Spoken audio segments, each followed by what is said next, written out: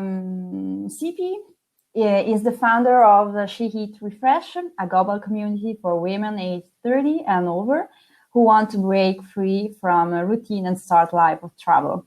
People are her passion, and since moving to team, she has reinvented herself as a skilled community builder with a reputation of creating meaningful online and offline spaces, connection, and gatherings. She's the creator of the Madrid Blogger Network, Madrid's largest community of bloggers and content creators, and co-host of CMX Connect Madrid, a community that brings together online community leaders in person to connect and learn from one another. So thank you for being here, Cepee. Hope I pronounced right your name. Yes, I'm gonna, so it's Cepee rhymes with Peppy is what I tell people. Okay, Cepee. Okay, super.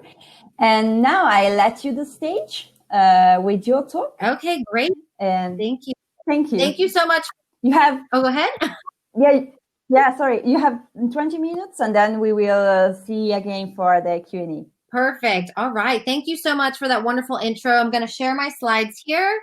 And thank you for everyone who is joining us here. So let me see. Let me make sure I get the slides here right. Okay. Oops. No, that's not what I wanted. Where's the slide? Okay. Oh, I'm not seeing the share slide button. So I'm just looking for that right now. At the bottom, you should, nearby the settings, you should see a screen. Yes, I found it. I'm not sure why I couldn't see it. Okay, now guys, let me share the slide. Okay. Let's see. All right, everybody can see it. Hello, Christina, Francesca. Is it Christian? Thank you so much for joining. We are just now starting. All right, so I'm going to just hop right into it and talk about asking for the sale. So how to monetize your community and protect the trust you've worked so hard to build. So thank you first so much for joining us today at the ICM Summit. This session here is for any community managers out there who are looking to monetize their community but unsure how to transition from going from giving away everything for free to asking for the sale. All right, so if that is you, you are in the right place.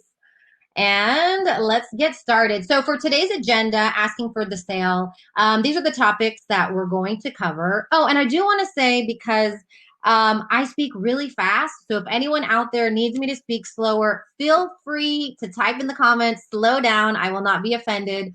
Let me know. Sometimes I don't realize how fast I'm talking. But for today's agenda, we're going to talk about making that leap from always offering value for free and then starting to sell to your community. We're going to talk about addressing those doubts and fears that happen when you start to step into that transition, and how we can change our mindset. And then what I like to call the ABCs of asking for the sale while protecting that trust that you've worked so hard to build. And then I'll talk about some monetization options, ones that I've used that have worked for me and some other ones. So today, basically, I'm going to help you get comfortable with asking for money from your community. All right? On board, everybody good?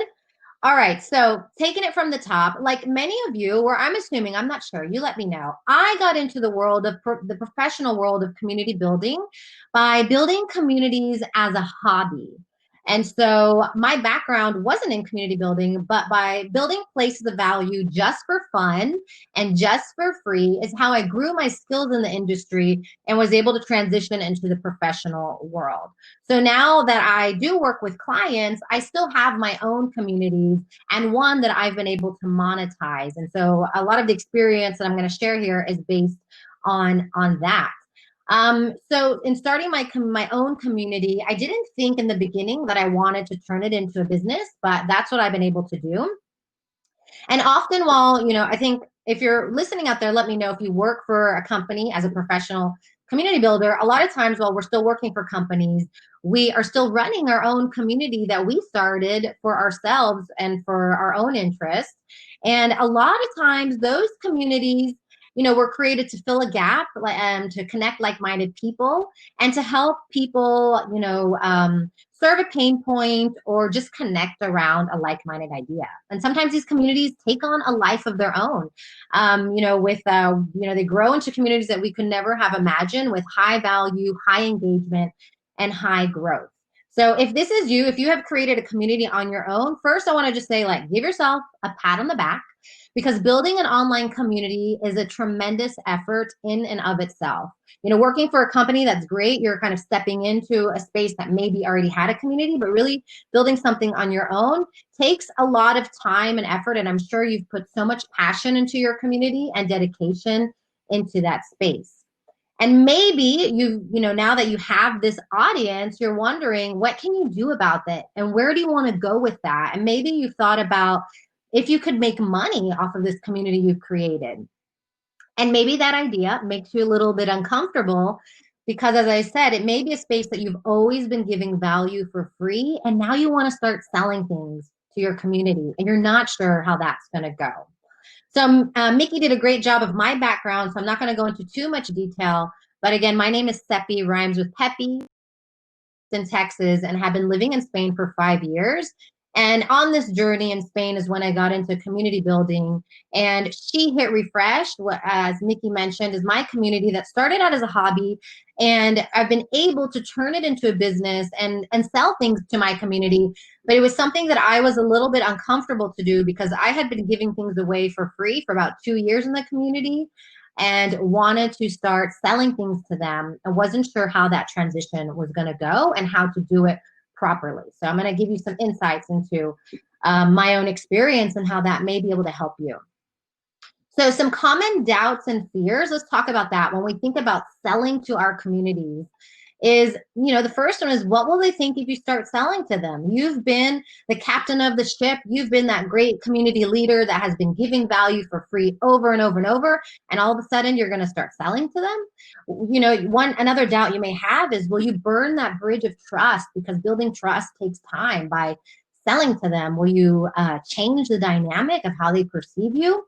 And will they feel capitalized on? Communities are all about meeting, like-minded people, connecting with people in a way that you may not be able to in other areas. And so will your community feel like, oh, is this now just a space where you're going to sell me stuff and that I come into, and it's going to be a very sales-based community? So those are all valid doubts and fears, and I get that. But as I said, it takes time to build trust in a community.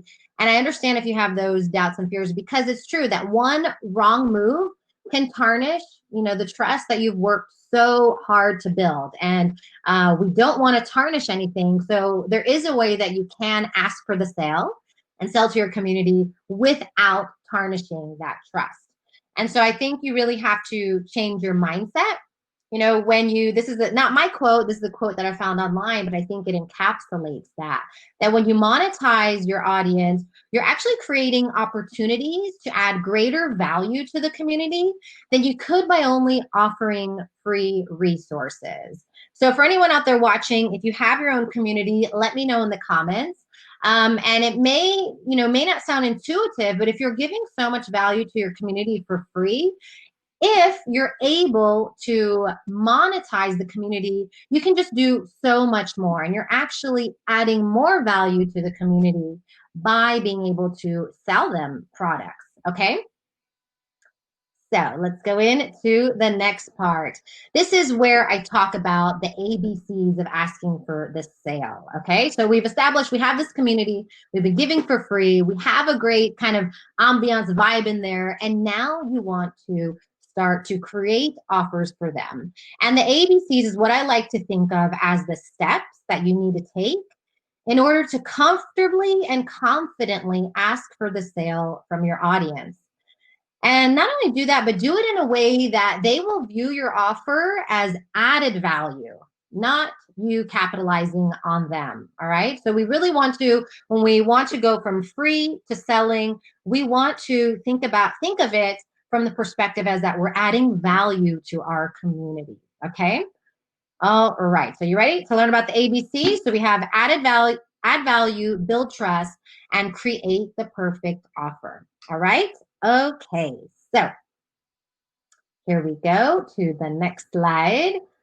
Add value. And this is something that if you have a community and you've had a community for a while and you're a community manager and you're working in this space, you're already doing this kind of stuff.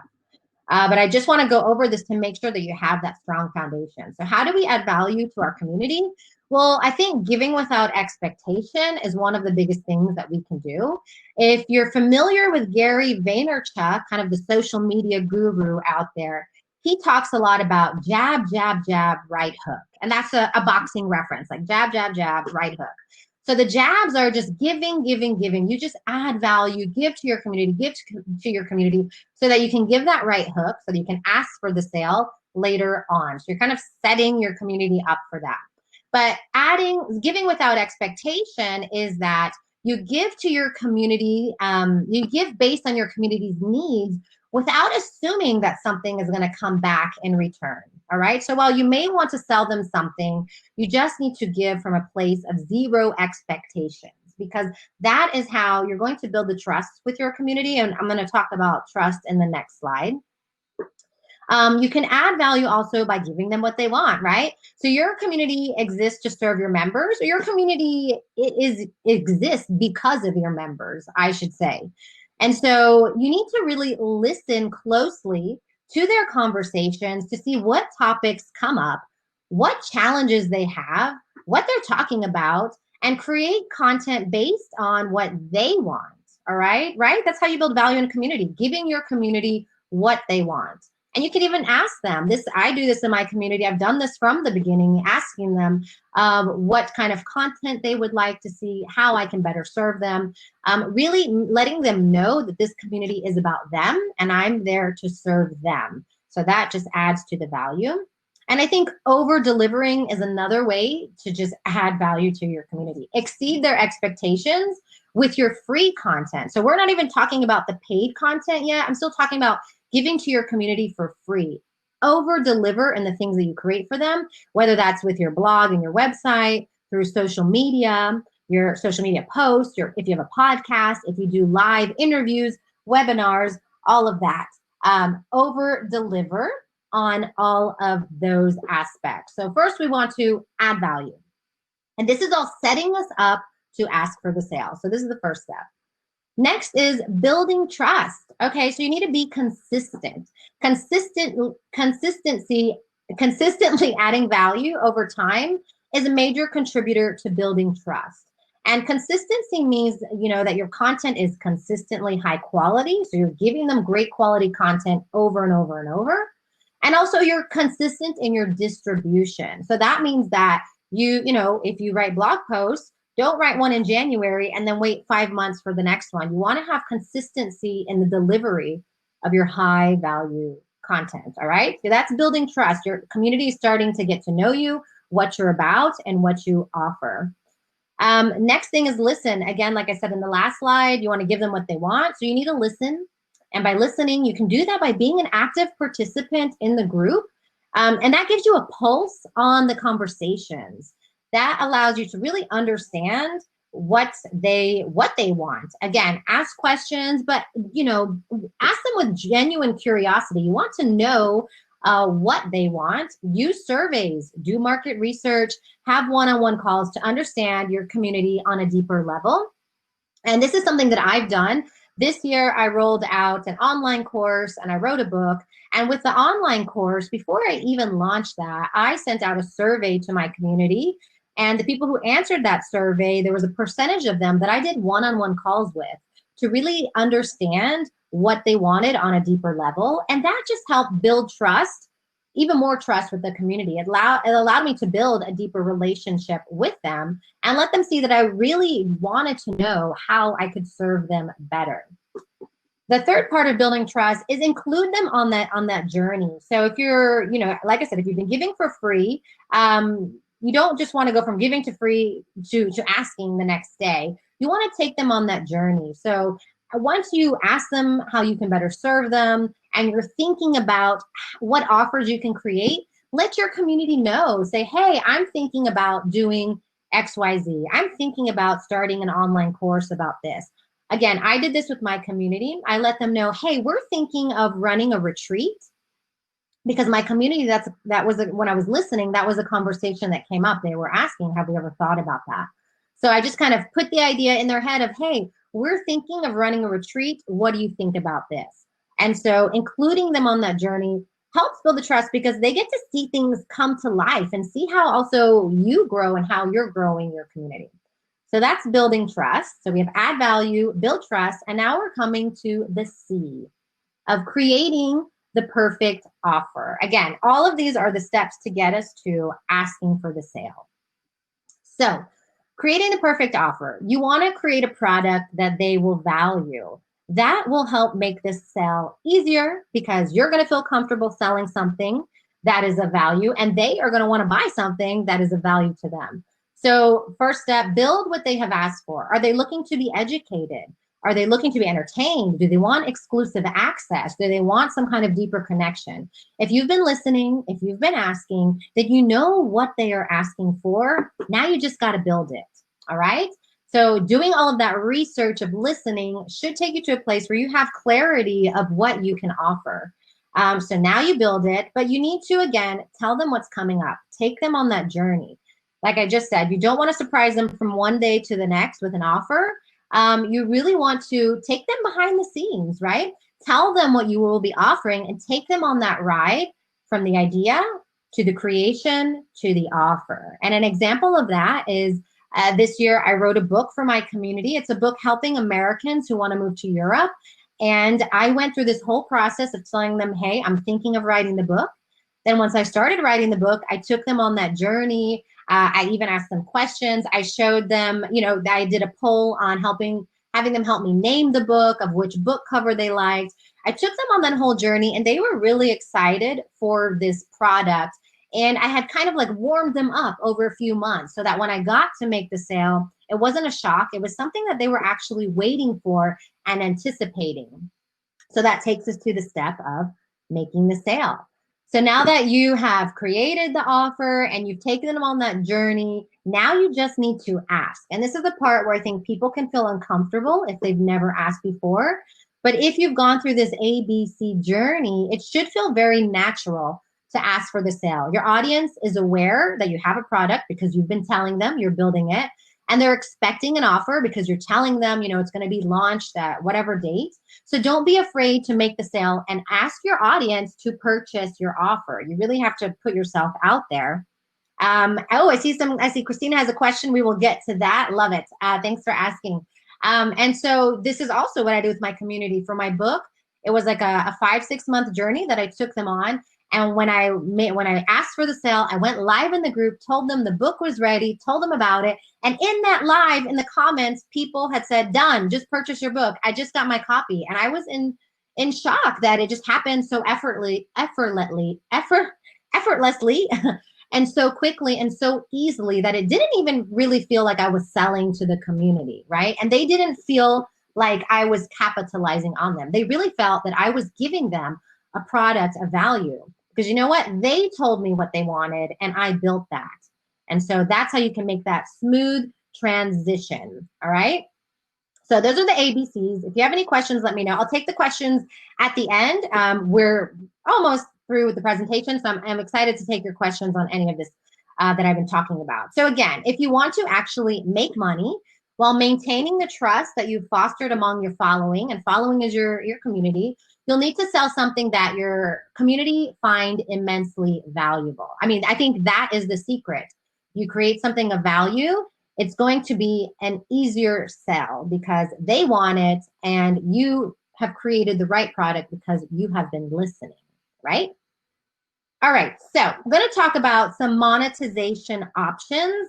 I'm going to talk about, this is kind of like everything out there. I may have left off a few things. Let me know if you see anything that isn't on here that you have done or been thinking of doing. But I wanted to share these with you from the vantage point of what has worked for me and what hasn't. So like I said, I built my She Hit Refresh, which was my community, a Facebook group, and I've turned that into a business. And these are the things that I have done. So in the beginning, I used affiliate links. I still use those. And so I don't work with a lot of affiliates. I work with maybe 4 that I trust, that I use myself, and share those in the group. And I haven't made a lot of money with that, but it's nice to get a little kickback. So affiliate links have worked for me, especially affiliates that are in alignment with my community. Retreat, the annual retreat was actually the first product that I ever offered to the community. And get this, I went from selling nothing to asking for the sale. My first sale, the retreat, was about, I think, in euros, it was about 2,000 euros. So I went from nothing to asking them to pay me 2,000 euros to go on this retreat, and we sold out. So, you know, and I attribute that to taking them on that journey and listening to what they wanted.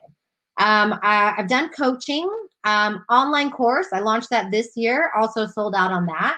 The digital book, which has done very well. And I also did Patreon. I'm not sure if anyone's familiar with Patreon out there, but if you don't have a product yet to sell, Patreon is a way for your community to support you, you know, to give a donation and support you. And I did that at the beginning too, and made a few $100s a month in that. And that was just great to cover some costs. So that's a great way to kind of inch in to asking your community for the sale and to give you money. What hasn't really worked is I have a blog and I have a podcast, but I haven't been able to monetize that with ads yet. But that is an option for a lot of people, and that is something I'm seeking. So I'm working towards what I need to do to be able to monetize that part of my community. Some opportunities that I see for myself and other things that you can think about for your community is virtual events, especially now that we're not meeting in person. I used to hold in-person meetups for my community. And I think virtual meetups, paid virtual meetups, could be a good option for my community. Also, a paid membership site. For me, I have a Facebook group, and that is free, but I'm thinking about maybe moving into an elevated tier where I could have a paid membership site. And again, it would be a space that would offer even more value. That's why they would pay for it, because it's going to offer something different than what the free community offers. And let's see, and some other options are sponsored posts. So you could get companies to pay you to write about their products. That's a way. And merchandise is another way to sell to your community. And something that actually my community has been asking me for, they would like to have t-shirts and mugs and those kind of things. I just haven't found the right vendor and been able to link that yet. But that's something that I've been listening, and my community has been telling me, we want this. And so I really need to step up, because that's an opportunity that I'm missing out on. All right, so getting to the end of this conversation here, and then I would love to take your questions, is just to give you some homework. So this is your homework. Feel free to take a screenshot or write this down, but I want you to I want you to have kind of like a clear flow of how you can take your community from offering value for free, that's what they're used to, and then now asking for the sale, how to monetize. And again, all of this is, how do we do this without tarnishing that trust that you have worked so hard to build? Number one, the first step here is to ask them how you can better help them. That's so easy. Go into the community, write a post, do a live, ask them how you can better serve them. They're going to get back to you, and listen, you know, read those comments and really see what patterns are coming up there.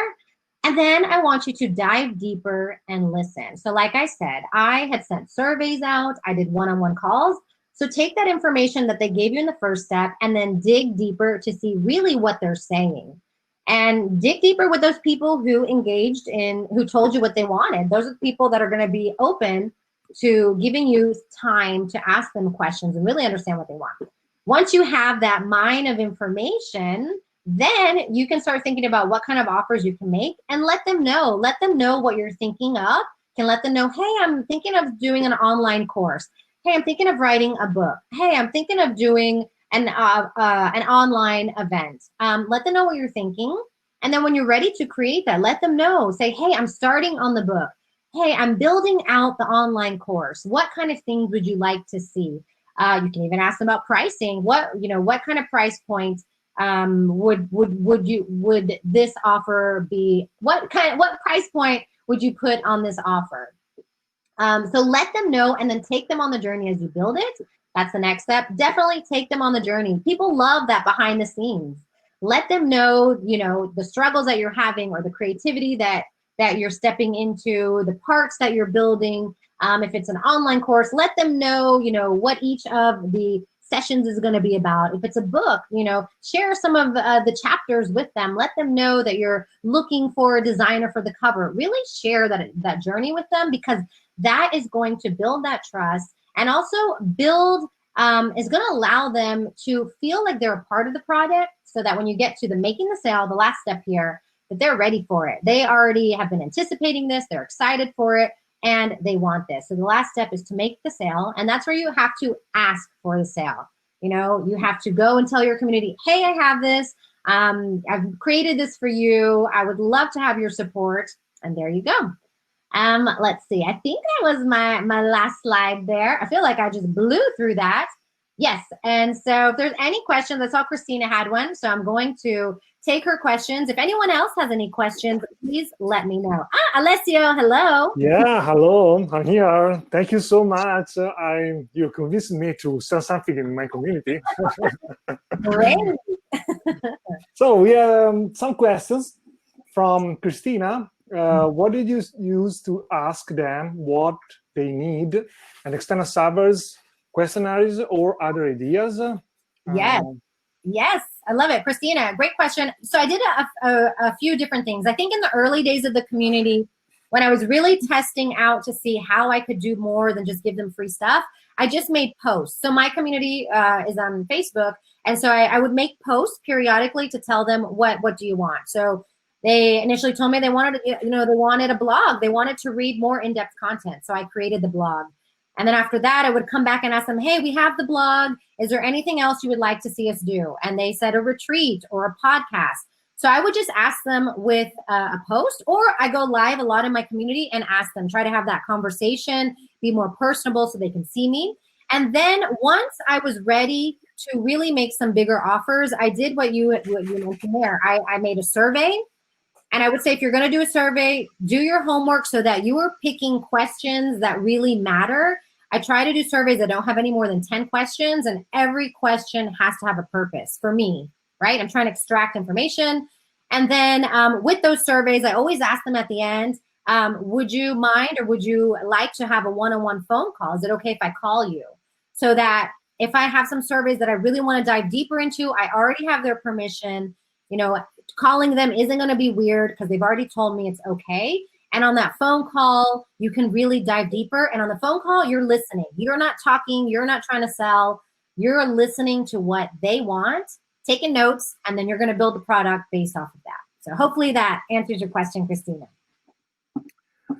And another question from Christian. And people, if you want to ask questions to Cepee, raise your hand on the right. How do you handle the financial journey? Yes. Okay. How did I handle the financial journey? So while I built the community, and so, I think a lot of us out here that you're watching, you're probably professional community builders, meaning you work for a company. So She Hit Refresh, while I built the community, I was working for somebody else. So I had an income from that. So I didn't have to rely just on She Hit Refresh in case if some of my ideas failed. This year, actually, I got into a space where I took time off. So I saved money so that I could just work on my products. And that financial journey, since I had savings, I was able to play around with my products. And so for the financial journey in this aspect is, I priced my offers at, what my time is worth. Some would say those were big ticket items for just starting out, but I really think the value was there. And the value was there. And I sold my community on the value. I was able to put a price that I was happy with, that I think they were happy with, because I was able to sell out and sell my product. So let me know if that answers the question on the financial journey. But the financial journey, if you have a community and you're starting out, just know it is going to take time to really be able to make enough money to make this your living. So I would definitely encourage you to stay working for someone else while you're building while you're transitioning your community into a business on the side. Okay. Very last question. How do you manage your subscription and payment online? Yes. So I have, in the beginning, very, very simple PayPal. You don't need to have a fancy system. A lot of people think, I got to have WooCommerce and all this stuff. And so it just stops you from starting. PayPal in the beginning worked. I had already built trust with my community. So I gave them the PayPal link and they paid me that way. It was simple. I used Zoom in the beginning, everything very simple. I say that's a fine way to start. And now we have a payment system on our webpage where we can take credit cards or PayPal. And so we've upgraded, but starting simple worked for us. And then as I had more money, I could upgrade to a more professional system. Thank you. Start small. So, thank you so much for being here, Cepee. And I loved your talk, speech, and thank you so much. Really, thank you. Ragazzi, adesso there is a coffee break. So we have a little small break for that. You can talk if you want. you want to add something? Well, I just wanted to say thank you, Alessio. Thank you, Mickey. Thank you, everyone who asked questions and was attending the session. I really appreciate you giving your time to join me here today. So I just want to say thank you. Thank you so much. Thank you so much for being in Italian even. So thank you.